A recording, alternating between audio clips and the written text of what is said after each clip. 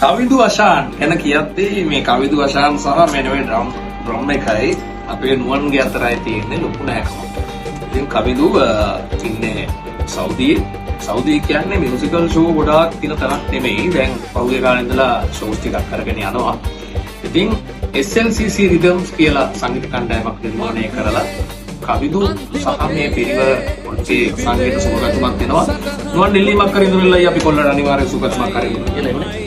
ඒ නිසාම අපිට යම් මොහොතක යම් දෙයක හරි කරපු දෙයක් තියෙනවා නම් ඒක මුළු හදවතින්ම මට සංගීත කණ්ඩායමක් අපි සියලු දෙනා මේ ගෞරවය කවිදුවා වෙනුවෙන් අපි පුද කරනවා. සංගීත කණ්ඩායමටත් මේ ගමන ඔබ හිතන්නේ නැති තැනක ඔබේ ගමන යන්න ලැබෙන්න කියලා ආශිර්වාද කරනවා. සුබ පැතුම් ආරහීනයක් මියුසික් කියන්නේ ඔයාගෙත් කවිදුන වගේත් මගේත් අපි හැමෝම මේමයි බෑන්ඩ් එකේ හැමෝම ආදරෙන් මතක් කරනවා. අපේ මචානෝ බෑන්ඩ් එකත් ඔයගලන්ට සුබ වතනවා. සිට දෙනාම අපි දෙන්න විතරක් නැතන හිටියේද ඒ වගේම තමයි තාමනම් ඉවද පොට එහෙනම් ජය වේවා කවිදු මල්ලි. සුබ පැතුම් ලස්සනට වැඩේ කරගෙන යන්න ඔයගලන්ට ජයම වෙන්න ඕනේ කියලා ප්‍රාර්ථනා කරනවා.